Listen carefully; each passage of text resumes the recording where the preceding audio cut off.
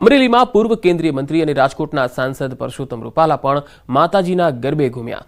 પરસોત્તમ રૂપાલા તેમના વતન ઈશ્વરિયામાં માના ગરબે ઘૂમ્યા। તબલા અને મંજીરાના તાલે ગરબે ઝૂમતા જોવા મળ્યા।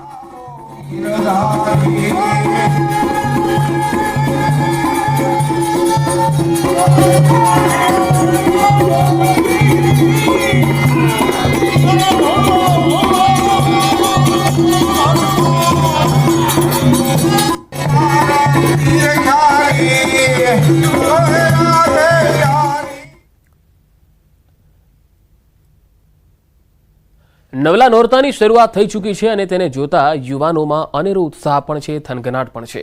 ગરબા રમવાનો શોખ નાના ભૂલકાઓથી લઈને મોટેરાઓ સુધી જોવા મળે છે। ત્યારે આજે વાત કરવી છે એક એવા ગરબીની જ્યાં ફક્ત ભૂલકાઓ જ ગરબે રમતા હોય છે। રાજકોટ જિલ્લાના ધોરાજીમાં એક એવી ગરબી જ્યાં કોઈ પણ જાતના ભેદભાવ વિના 1100થી પણ વધારે ભૂલકાઓ ગરબાની રમઝટ બોલાવે છે। બજરંગ ગ્રુપ ખાડિયા દ્વારા આયોજિત જય ગેલી અંબે ભૂલકા ગરબીનું આયોજન છેલ્લા 23 વર્ષથી થાય છે। 2 વર્ષથી 10 વર્ષ સુધીના ભૂલકાઓને ગરબા રમાડવામાં આવે છે।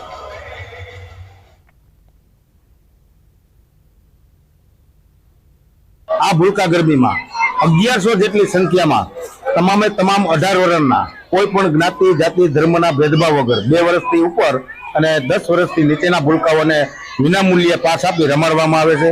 તમામ ભૂલકાઓને રોજે રોજ લાણી આપવામાં આવે છે।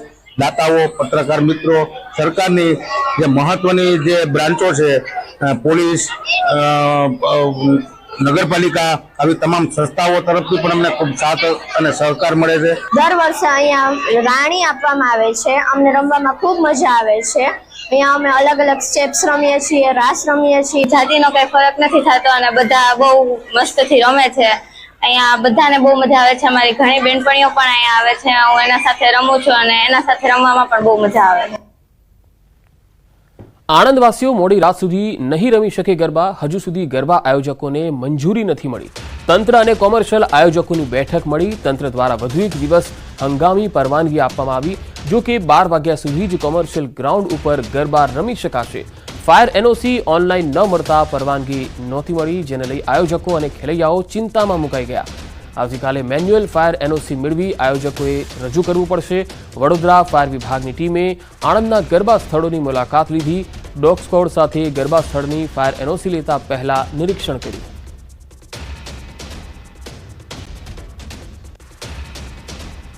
આણંદ જિલ્લાના દરેક ગરબા આયોજકોની મિટિંગ રાખેલી હતી। આ મિટિંગની અંદર જ્યારે સાહેબ તરફથી કહેવામાં આવેલું કે દરેક જણે ફાયર માટેની જે કંઈ પરમિશન લાવવાની છે તે કમ્પલસરી છે, તે છતાં ઇલેક્ટ્રિકની છે, એના ઇન્સ્યોરન્સની છે, વગેરે જે કંઈ હશે તમારે એનઓસી કમ્પલસરી લેવી ફરજિયાત છે। સર્વે અમે જિલ્લાના બધા આયોજકો સાથે મળીને નક્કી કરેલું છે કે અમે ફાયરની મંજૂરી લઈને આગળ ગરબા ચલાવીશું। નવરાત્રી પર્વને લઈ હર્ષ સંઘવી અને કોંગ્રેસ સાંસદ ગેનીબેન વચ્ચે સામસામે નિવેદનોનો મારો ચાલી રહ્યો છે। હર્ષ સંઘવીએ મોડી સુધી ગરબા રમવા નિવેદન આપ્યું તો બીજી તરફ ગેનીબેને ગુજરાતમાં મહિલાઓની સુરક્ષા અંગે સવાલ ઉઠાવ્યા। રાજકોટના ખેલૈયાઓના જણાવ્યા મુજબ ગુજરાતમાં મહિલાઓ સુરક્ષિત છે। પોલીસ પણ સતત રાત્રિ દરમિયાન ચેકિંગ કરતી હોય છે। ગુજરાતમાં દીકરીઓ જે અત્યારે ફીલ કરે છે એવો એક પણ સ્ટેટમાં ફીલ નથી કરતી, કારણ કે ગુજરાતની પોલીસ વ્યવસ્થા ખૂબ જ સારી છે। તેમજ ગુજરાતનું કલ્ચર છે ગરબા, એમાં કોઈ પણ જાતની ખલેલ હજી સુધી મેં ક્યાંય જોયું નથી। ટોલ ફ્રી નંબર બધી લેડીઝોને આપેલા છે, જે કે કોઈને રાતે મોડા સુધી કોઈને કાંઈ તકલીફ હોય તો એ બધાને અન્ય કોલના નંબર આપેલા જ છે બધી લેડીઝોને। વડોદરાની યુવતીઓએ ગેનીબેનના નિવેદનને વખોડ્યું। મોડી રાત સુધી ગરબા રમવા મામલે રાજકારણ ગરમાયું।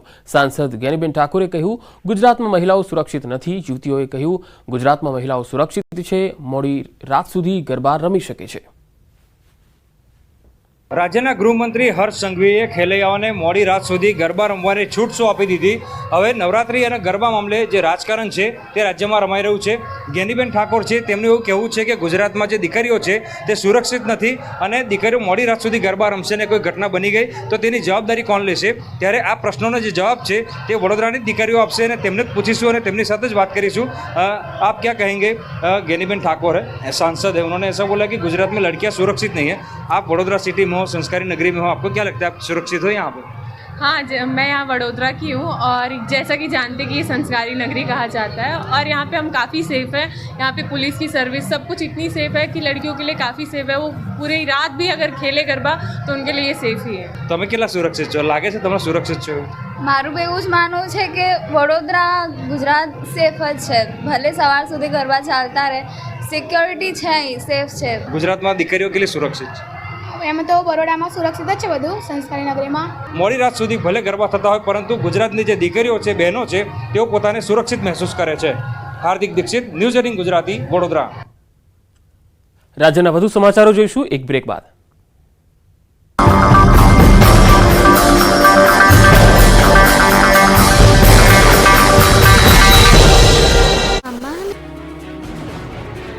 બે દિવસ ગુજરાતના પ્રવાસે આવેલા કેન્દ્રીય ગૃહમંત્રી અમિત શાહ સતત બીજા દિવસે વિવિધ કાર્યોની ભેટ આપી. અમિત શાહ બીજા દિવસે દિવસભર અલગ અલગ 13 કાર્યક્રમોમાં હાજરી આપી. અમિત શાહ બીજા દિવસના પ્રવાસનો પ્રારંભ ગાંધીનગરથી કર્યો.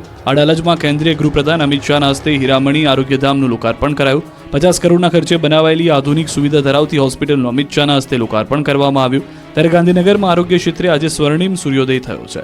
ત્યારબાદ એડીસી બેંકના અને મહાત્મા મંદિરમાં આયોજિત કાર્યક્રમમાં હાજરી આપી હતી. ગાંધીનગરમાં મહાત્મા મંદિર ખાતે એડીસી બેંકની શતાબ્દી સમારોહમાં હાજર રહી શુભેચ્છા આપી. ત્યાંથી અમિત શાહ પેથાપુર ગામે પહોંચ્યા હતા. અહીં તળાવનું નવીનીકરણ બાદ લોકાર્પણ કર્યું. પેથાપુર ગામમાં આવેલા ઉટવાડિયા તળાવનું પણ લોકાર્પણ કરાયું. ગામના તળાવ કિનારે વૃક્ષારોપણ કર્યું. ગાંધીનગર મનપાએ ગ્રામજનોને વિકસિત તળાવની ભેટ આપી.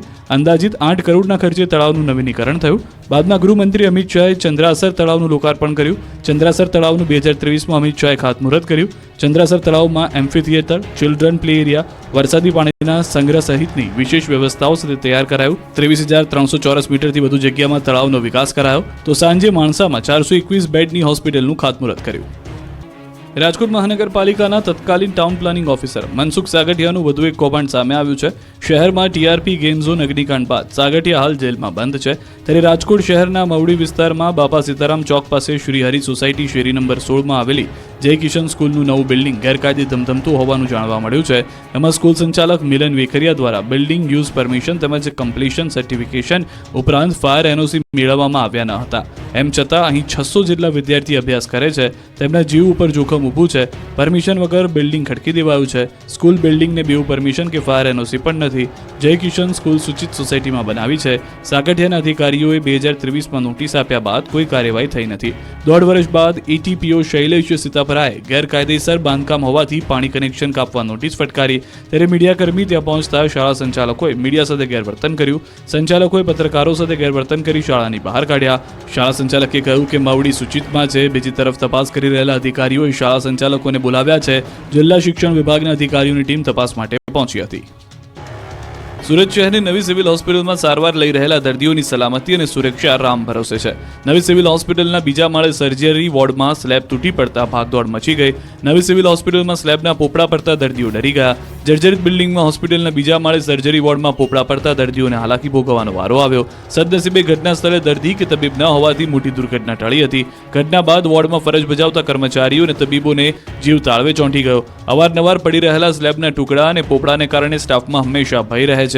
ક્યારે પોપડા પડે તેનો ભય તેઓને સતત સતાવી રહ્યો છે. મહત્વનું છે કે નવી સિવિલ હોસ્પિટલની જૂની બિલ્ડિંગ જર્જરિત હોવાથી અવારનવાર છતમાંથી પોપડા પડે છે. ત્યારે બિલ્ડિંગના સમારકામની માંગ ઉઠી છે. સુરત નવી સિવિલ હોસ્પિટલ દક્ષિણ ગુજરાતના ગરીબ અને મધ્યમ વર્ગના લોકો માટે આશીર્વાદ સમાન ગણવામાં આવે છે. અહીં દર્દીઓ મોટી સંખ્યામાં સારવાર લેવા માટે આવે છે. વલસાડ જિલ્લાના પારડી તાલુકામાં ચડ્ડી બનિયાનધારી ગેંગ તરખાટ મચાવી રહી છે. આ વખતે કોટલાવ ગામમાં એક ઘરની નિશાન બનાવ્યું. આ ચડ્ડી બનિયાનધારી ગેંગે સોના ચાંદીના દાગીના અને રોકડ મળી અંદાજે 1.5 લાખથી વધુના મુદ્દામાલની ચોરી કરી અને ફરાર થઈ ગયા. આ દાડપાડુ